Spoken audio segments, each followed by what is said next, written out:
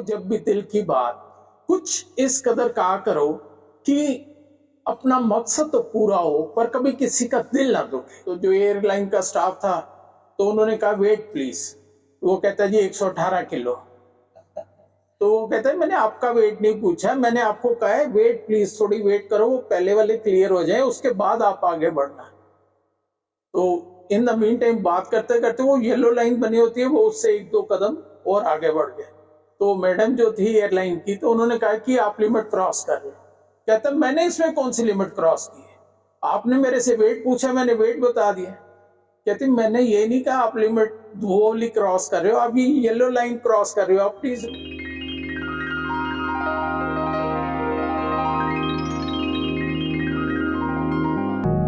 नमस्कार दोस्तों, मैं नरेंद्र धवन, दिल्ली अपडेट के आज के स्पेशल एपिसोड में एक बार फिर आपका स्वागत है। आज हम एक बार फिर मुलाकात करवाने जा रहे हैं आप सभी की जॉली अंकल से। जॉली अंकल जिनके बारे में हम पहले भी कई एपिसोड बना चुके हैं और शायद हमारे दर्शकों में शायद ही कोई ऐसा होगा जो जॉली अंकल को नहीं जानता होगा। वैसे तो जॉली अंकल की जो प्रसिद्धि है वो पूरे वर्ल्ड के अंदर देखी गई है, पूरे वर्ल्ड के अंदर मशहूर हैं और इनकी प्रसिद्ध होने की कई वजहें भी हैं और कारण भी हैं, और उसके पीछे का जो सबसे बड़ा वजह है वो इनकी खुद की मेहनत। जॉली अंकल की जो इस वक्त मेरे हाथ में किताब है, ये जॉली अंकल की 42वीं किताब है। किसी भी एक राइटर द्वारा 42 किताबें लिखे जाना अपने आप में कीर्तिमान माना ही जाना चाहिए। तो जॉली अंकल जी, सबसे पहले तो आपको बहुत बहुत बधाई, मुबारकबाद कि आपने ये 42वीं किताब को अंततः मार्केट में उतार ही डाला। बहुत बहुत शुक्रिया दमन साहब, आपके चैनल, आपकी टीम का, कि जब कभी भी मेरी कोई किताब आती है तो आप हमेशा पूरी सपोर्ट करते हैं। और आज मुझे बड़ी खुशी हो रही है कि मेरी ये 42वीं किताब जो आपके हाथ में है, तो ये पाठकों के लिए, दर्शकों के लिए आज हम रिलीज़ कर रहे हैं। तो उम्मीद है उनका पहले की तरह प्यार मिलेगा। जॉली जी, आपकी मैंने लगभग सभी किताबें पढ़ी हैं जी। अगर कई तो मैंने पूरी डीपली पढ़ी हैं और कोई मतलब ऐसी कोई भी किताब नहीं है जिसमें मैं गो थ्रू ना हूँ जी। लेकिन इस बार का जो आपका टॉपिक है बिल्कुल अलग है। इस बार आपने टॉपिक दिया है आप भी कॉमेडियन बन सकते हैं। ज़्यादातर आपकी किताबें हमने देखी मोटिवेशन के ऊपर हैं, पर्सनैलिटी डेवलपमेंट के ऊपर हैं, जी, एनहांसमेंट के ऊपर हैं। तो आखिर इस जो सब्जेक्ट के ऊपर आपका ध्यान कैसे आया? अगर पुरानी किताबें जो इससे पहले लिखी हैं, जैसे वो सारी मोटिवेशनल, इंस्पायरेशनल बुक्स हैं, तो ये भी एक मोटिवेशनल किताब ही है। इसका टाइटल अगर आप देखो तो आप भी कॉमेडियन बन सकते हैं। ये एक किताब मुझे इसलिए लिखनी पड़ी कि आज जो हमारा यूथ है, बहुत सारे बच्चे अच्छी पढ़ाई लिखाई कर चुके हैं, डिग्रियां हासिल कर चुके हैं, लेकिन कई कई साल से वो खाली बैठे हैं, उनको नौकरी नहीं मिल रही। लेकिन उनके पास इतना पैसा भी नहीं है कि दिल्ली जैसे या किसी बड़े शहर में जाके वो बिजनेस कर सकें या कुछ भी ऐसा बड़ा काम कर सकें। तो ये बहुत बड़ी क्लास है ऐसी जो इस बात से बड़ी परेशान है कि क्योंकि पैसा तो देखो हर किसी को चाहिए, हर दिन चाहिए, सुबह उठते हैं तो भी चाहिए, हमारा जन्म होता है तो भी पैसा चाहिए, और आखिरी समय जब जाते हैं तो भी पैसा चाहिए, उसके बिना भी दुनिया से नहीं जा सकते। तो पैसे के बिना तो गुजारा नहीं है। तो मेरी हमेशा ये कोशिश रहती है कि ऑप्शन और क्या है, क्या क्या अपॉर्चुनिटीज़ हैं, उसको मैं हमेशा तलाशता रहता हूँ और उसके बारे में इसलिए मैंने अब ये किताब लिखी कि अगर आज का यूथ, उसे नौकरी नहीं मिलती, सरकारी नौकरी के चांसेस बहुत कम है, प्राइवेट में भी आए दिन 8,000, 10,000, 12,000 लोगों को निकाला जा रहा है, जो पहले से अच्छे, जब से ये चैट जीपीटी वगैरह आया। तो लेकिन दुनिया तो ख़त्म नहीं हुई, खाना तो सबने खाना है। तो फिर मुझे ध्यान आया कि एक ये सब्जेक्ट ऐसा है जिस पे अभी तक किसी ने गौर नहीं किया। तो मैंने इसलिए ये किताब लिखी कि कोई भी ऑर्डिनरी बच्चा अगर 2 से 3 महीने सिर्फ मेहनत करे और वो अपने आप को एज ए कॉमेडियन बना लेता है, कॉमेडी को समझ लेता है, तो वो अच्छे खासे पैसे कमा सकता है। जॉली जी, साइंस ने भी माना है, साइंस भी मानती है और ये प्रूव भी हो चुका है कि हमें हंसने के लिए कम मेहनत करनी पड़ती है, हमारी जो इंद्रियों को कम मेहनत करनी पड़ती है, जबकि एंगर होने के लिए ज़्यादा एनर्जी लगती है। लेकिन अगर हम यथार्थ पे देखें, हकीकत में देखें, ग्राउंड रियलिटी पे देखें, तो आज की डेट में हंसना बहुत ही मुश्किल काम हो गया है और दूसरों को हंसाना तो बहुत ही ज़्यादा मुश्किल। ऐसे में आप क्या समझते हैं कि कितना इजी रहेगा किसी के लिए कॉमेडी करना या कॉमेडी सीखना? देखो, एक तो मैं कभी भी ये नहीं मानता कि कोई काम मुश्किल है जो नहीं हो सकता। सिर्फ ये देखने की ज़रूरत है कि हम उसको किस नज़रिए से देख रहे हैं। अगर हमारा काम करने का मन है, हमारी जो वो एक पैशन और प्रोफेशन की बात है, वो अगर एक है, तो फिर उसके बाद हमें ज़्यादा तकलीफ नहीं होती। लेकिन जिस काम में हमारा मन नहीं है, तो वो काम हमें मुश्किल लगता है, वो हमें नामुमकिन भी लगता है कि ये तो हो ही नहीं सकता। तो ऐसा तो सोचना ही नहीं, कॉमेडी से आसान चीज़ तो कुछ हो ही नहीं सकती। अब मेरे एक जानने वाले हैं, उनके बेटे की शादी लखनऊ में हो गई। तो लखनऊ में शादी हुई, तो शादी के बाद पहली बार वो ससुराल गया, तो वहाँ जाते ही जो लखनऊ की तहज़ीब है, उन्होंने कहा जी आइए जी, बैठिए जी, पानी लीजिए, ये मिठाई लीजिए, ये तो आपने लिया ही नहीं जी। तो बड़ी तहज़ीब से वो हैरान कि पूरी ज़िंदगी में मुझे इतनी इज़्ज़त किसी ने नहीं दी जितनी यहाँ पे मुझे मिल रही है। इतने में उनका एक वो कुत्ता था हनी, वो अंदर आ गया। तो जब वो अंदर आ गया तो वो घर वालों की जो थी मैडम, उन्होंने कहा हनी आपको कितनी बार समझाया है, जब कोई घर में आया हो तो आपको अंदर नहीं आना, आपको बाहर जाना चाहिए। वो कहता यार यहाँ तो कुत्तों को भी ऐसे बुलाते हैं, तो मैं ऐसे ही खुश हो रहा था। तो अब एक टीचर ने एक बच्चे को कहा कि इसकी ना ट्रांसलेशन करो, एक सेंटेंस दिया कि रामस्वरूप बीमार हुआ, फलस्वरूप मर गया। कहता मैडम ट्रांसलेशन तो बाद में करेंगे, पहले ये बताओ कि रामस्वरूप बीमार हुआ, फलस्वरूप कैसे मर गया। वो कहते नहीं आप समझे नहीं, मैं कह रही हूँ रामस्वरूप बीमार हुआ, परिणाम स्वरूप मर गया। कहता मैडम क्या कर रहे हो आप, बंदे पे बंदा मारे जा रहे, 3 बंदे मार दिए आपने। तो इस तरह की बातों पे, छोटी छोटी बातों पे कहीं भी आप खड़े हो जाओ, मैं तो जहाँ कहीं खड़ा होता हूँ वहीं पे मुझे इस तरह की हंसी मजाक और कॉमेडी दिखाई देती है। वैसे जॉली अंकल, हम और आपकी जिंदगी में, यानी कि आज जिंदगी में हर एक के पास टेंशनों की तादाद बहुत ज़्यादा है, हर किसी के पास टेंशनें ही टेंशनें हैं। और ऐसे में अगर कॉमेडी के कुछ पल या कुछ हंसी के लम्हे आते हैं तो वो हमें एक नई ऊर्जा दे जाते हैं। देखो टेंशन का ना एक ही रीज़न है जो मुझे अभी तक समझ आता है, क्योंकि मैं ग्राफोलॉजिस्ट भी हूँ। तकरीबन रोज़ ही मेरे पास स्टूडेंट से लेके पीएचडी और पुलिस ऑफिसर, दूसरे पॉलिटिशियन, सब लोग आते हैं। हर आदमी टेंशन में है, लेकिन टेंशन किस चीज़ की है?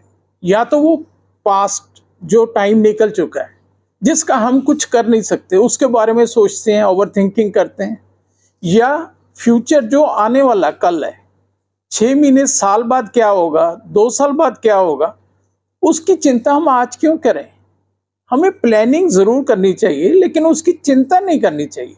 अगर हम अपना ध्यान प्रेजेंट में फोकस करना शुरू कर दें तो आने वाला कल तो आज भी खूबसूरत होगा और आने वाला कल भी खूबसूरत होगा। तो टेंशन तो कहीं रही नहीं। जॉली अंकल, एक और सवाल, महत्वपूर्ण सवाल, जैसे कि आजकल सोशल मीडिया का ज़माना है जी, इन्फ्लुएंसर बहुत हैं, सोशल मीडिया भरा पड़ा है जी जी, तमाम कॉमेडी से, तमाम तरह के व्यंगों से भरा पड़ा है। लेकिन अगर हम देखें तो उसके अंदर फूहड़ता की एक बहुत बड़ी बरसात सी हो गई है। कितना फ़र्क है कॉमेडी के अंदर और फूहड़ता के अंदर? देखो कॉमेडी जो है वो एंटरटेनमेंट का एक साधन है।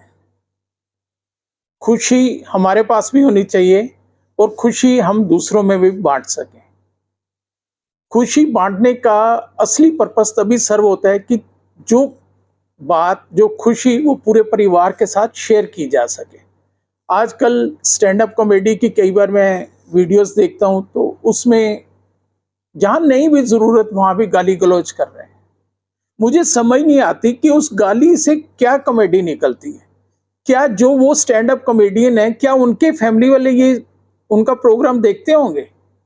हमें एटलीस्ट इस तरह का प्रोग्राम बनाना चाहिए, इस तरह की कॉमेडी करनी चाहिए कि हम परिवार के साथ खुद बैठ के, अपने बच्चों के साथ बैठ के उसे एंजॉय कर सकें। क्या कोई भी स्टैंड अप कॉमेडियन जो इस तरह की हल्की कॉमेडी करता है, अब पंजाब के बहुत सारे लड़के हैं जो बहुत ही क्लीन कॉमेडी करते हैं, मैं उन्हें सल्यूट करता हूँ।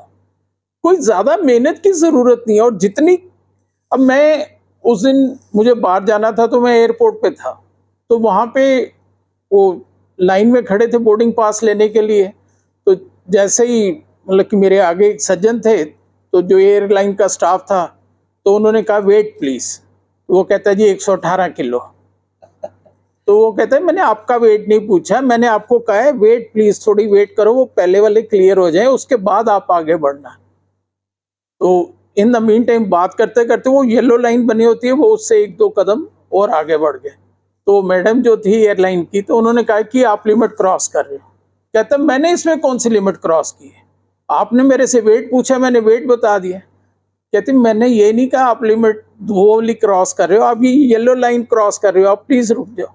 तो आप देखो तो सही, हर बात में कॉमेडी मिलेगी। छोटा बच्चा है, उसका जन्म होता है, उसके एक अक्षर बोलना नहीं आता, कोई भाषा नहीं जानता, वो एक स्माइल से पूरे परिवार से अपने सारे काम करवाता है। परिवार के बड़े लोग, कोई घोड़ा बन रहा है, कोई उसके लिए कुछ कर रहा है, कोई कुछ कर रहा है, जोकर बन रहा है, उसके साथ मजाक कर रहे हैं। बड़े से बड़े घर के बुजुर्ग भी जो हैं वो उसके साथ बच्चा बन जाते हैं। उस बच्चे से हम सीख सकते हैं जो अभी पैदा हुआ है कि कॉमेडी कैसे की जाती है, स्माइल कैसे लाते हैं चेहरे पे। और एक स्माइल लाने से आपके सारे 50 काम बड़े आसानी से हो जाते हैं। वो सारे काम करवाता है अपने चुपचाप। जॉनी अंकल कई बार ये स्माइल ना मरवा भी देती है।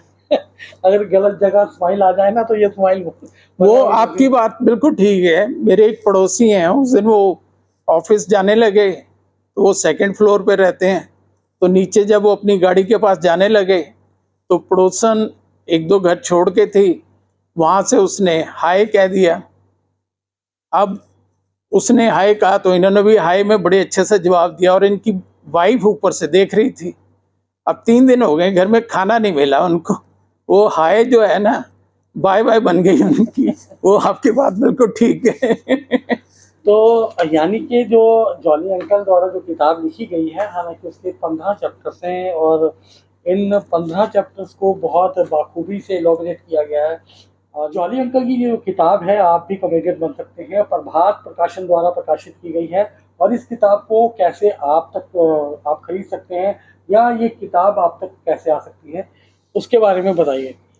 इंटरनेशनल जितने भी सप्लायर हैं, अमेज़ॉन है, फ्लिपकार्ट है, या दूसरे और जितने लीडिंग बुक सप्लायर हैं, सभी के पास ये अवेलेबल है। इंडिया में भी ऑलमोस्ट हर जितने लीडिंग बुक शॉप्स हैं उनके पास ये किताब है।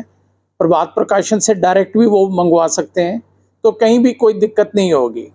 फिर भी अगर किसी को कोई दिक्कत हो, इवन इस टॉपिक के बारे में अगर कोई भी दर्शक जानना चाहे, कोई बच्चा समझना चाहे, तो वो मेरे से धवन साहब के चैनल के through, Delhi up to date के थ्रू मेरे से बात कर सकते हैं, मुझे मैसेज भेज सकते हैं, और जितनी मेरे से हेल्प हो पाएगी मैं ज़रूर हेल्प करूँगा। जॉनी अंकल, जैसे कि हमने बात की और हम भी मानते हैं कि इससे सोशल मीडिया भरा पड़ा है जी, इसके ऊपर भी कॉमेडियन भी बहुत हैं, कॉमेडी के बहुत सारे लोग हैं जो कॉमेडी कर रहे हैं। बावजूद इसके भी हमने देखा कि फूहड़ता का दौर चल रहा है, फूहड़ता बहुत दिख रही है। तो आप कितना फ़र्क मानते हैं कि क्या कॉमेडी का दूसरा रूप ही है फूहड़ता, या फूहड़ता और कॉमेडी के बीच में कुछ गैप है, जो हेयर लाइन गैप जिसे कहते हैं, कितना अंतर आप मानते हैं? आपकी नज़र में क्या है ये? देखो ये तो हमेशा से, चाहे किताबें रही हैं, चाहे फिल्में रही हैं, अलग अलग टाइप की, अलग अलग क्लास की बहुत सारी कैटेगरीज होती हैं। एक छोटा सा अलग सेक्शन है जो बच्चे मतलब कि इस तरह की चीप पब्लिसिटी में बिलीव करते हैं कि जल्दी से पॉपुलर हो जाएं, जल्दी से हमें सब्सक्राइबर मिल जाएं, या कुछ हमारी इनकम हो जाए, तो वो लोग करते हैं। मेरा ये मानना है कि कहनी हो जब भी दिल की बात, कुछ इस कदर कहा करो कि अपना मकसद तो पूरा हो पर कभी किसी का दिल ना दुखे। तो अगर हम हंसी खुशी की बात कर रहे हैं, कॉमेडी की बात कर रहे हैं, तो हमारा पर्पस, हमारा मकसद सिर्फ यही होना चाहिए कि हम दूसरों को अच्छे साफ सुथरी कॉमेडी से खुश कर सकें। तो यानी कि बात का लबोलबाब जो अगर निष्कर्ष निकल के यही आता है कि अगर कॉमेडी भी करनी है तो उसके अंदर एक सभ्यता होनी चाहिए, एक एथिक्स होने चाहिए, और जो हर फील्ड के अंदर होती है। और हम उम्मीद करते हैं कि ये आज का एपिसोड जो है आपको ज़रूर पसंद आया होगा, और आप भी इस किताब को पढ़िए, और हो सकता है कि आपके भी किसी तक काम में आएगी। तो जॉली अंकल, बहुत बेहतरीन रहा आपसे आज ये मुलाकात। हालांकि बहुत लंबे समय के बाद हमने आपके साथ ये मुलाकात की और हमने अपना ये एपिसोड रिकॉर्ड किया। उम्मीद करते हैं कि आज का ये एपिसोड हमारे दर्शकों को भी पसंद आया होगा, और जो लोग, जो युवा एक रियल कॉमेडी करना चाहते हैं, अपनी ज़िंदगी को नई दिशा में ले जाना चाहते हैं, उनके लिए ये किताब निश्चित तौर पर एक बहुत बड़ी गाइडलाइन बनने जा रही है, बहुत बड़ा उन्हें दिशा निर्देश मिलेगा। तो जॉली अंकल, कुछ कहना चाहेंगे अंत में आप? मैं आखिर में एक ही चीज कहना चाहूंगा, अगर दिल खोल लिया होता यारों के साथ, अगर दिल खोल लिया होता यारों के साथ, आज इसे नहीं खुलवाना पड़ता लाखों रुपए देके औजारों के साथ। तो हमारे सभी सुनने वाले, देखने वाले, पढ़ने वाले खुश रहें, मस्त रहें, आबाद रहें। सभी के लिए मेरी यही दुआ है। आज के लिए इतना ही। शीघ्र मिलते हैं नए एपिसोड के साथ। जय हिंद, जय भारत।